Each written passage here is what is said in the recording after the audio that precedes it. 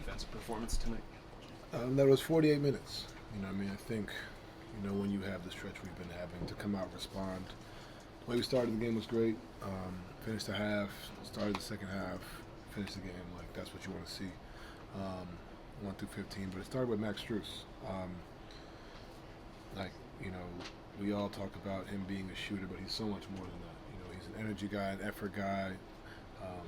We have to fight sometimes, me and him, because sometimes I want to guard the best player, and he's like, no, let me do it. You know what I mean? And it's not a bad fight to have with one of your teammates. You know what I'm saying? So you look at a night like tonight, Cade, perennial all-star, been hooping, making it tough on them all night, forcing them down to our bigs, who are also phenomenal down there. But as a group effort, for sure. But I want to definitely give credit to Max Strus, for sure. Kenny talked pregame about how, with this stretch, with Isaac being out and Dean being out, that responsibility is going to fall on Max. Just how much confidence do you have in him when he takes those 1,000%. kinds of Like I said, he's a guy that's, hard-nosed, always continuing to work. We know what he brings offensively, but defensively, he takes that challenge. He takes it personal.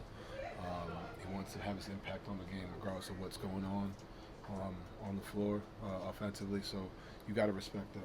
We came in at halftime, and he was like, Kenny was like, Max, pick him up full court if you get tired. He was like, nah, fuck that. You know what I mean? Like, that's the mindset. Sorry, I curse. Please don't find me. You know what I mean? Like, that's the mindset you want to have as one of your guys on the team. At least we all have the respect for him because he puts in the time and effort on a consistent basis. The defense lately, Max was talking about how when things don't go your guys' way, the way that you expect, you take it personally. Where does that mentality come from? I think for us, we were always a mentally tough group.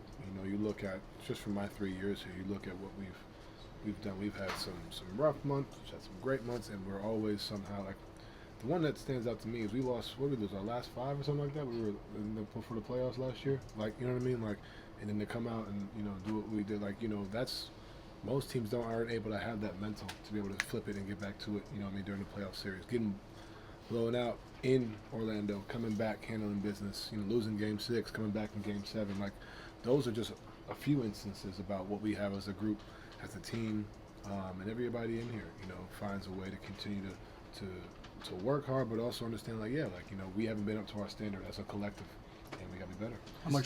How important was it for you guys to win a game where you weren't shooting lights out from beyond there? There was one point that you were shooting less than 20% as a team, but you were up 18. Yeah. I mean, that's the name of the game.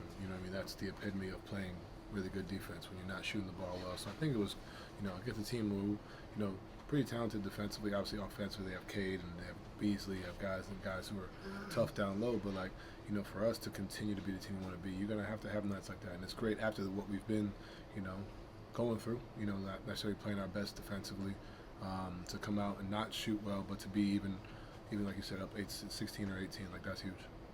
Guys have mentioned wanting to keep a defense-first mindset. A team that is so good offensively, where you've been number 1 in the league all year, how do you do that? I think for us, it just gets back to the basics of what we've been doing. Everybody being just a little bit better individually. I think, and then obviously, Ab coming back is definitely great, and then when we get our other guys back as well, it'd be huge. But as of right now, like, continuing just to be there for each other. Jalen Tyson came in.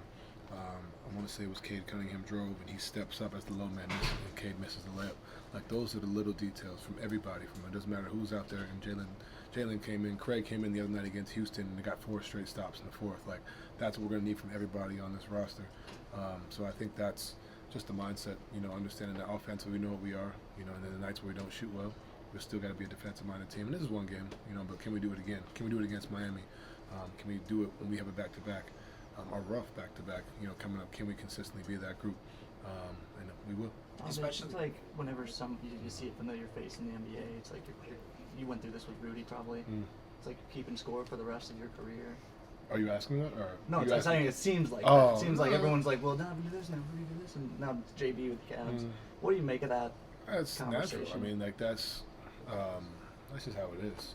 At the end of the day, that's kind of y'all's job. I don't think we or he or any of us are kind of at that point. He's done a phenomenal job over there, and Kenny, we've done a phenomenal job over here. So I think that's really it. I think it's more so for, the fans.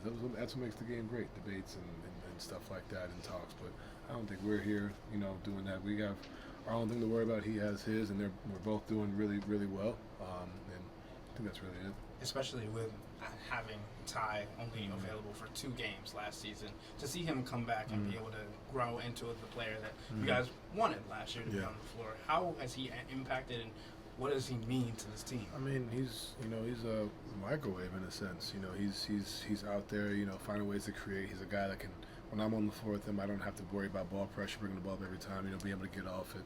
A guy you trust with the ball in his hands to make the right plays, to initiate the offense, to get 30 when it's needed. So he does a lot. And then defensively, he's always in the lanes, finding ways and you being crafty with it. So you need a guy like that. You need a guy who's selfless, but also understands that when his time is his time, he's there for us, and he's been like that all year.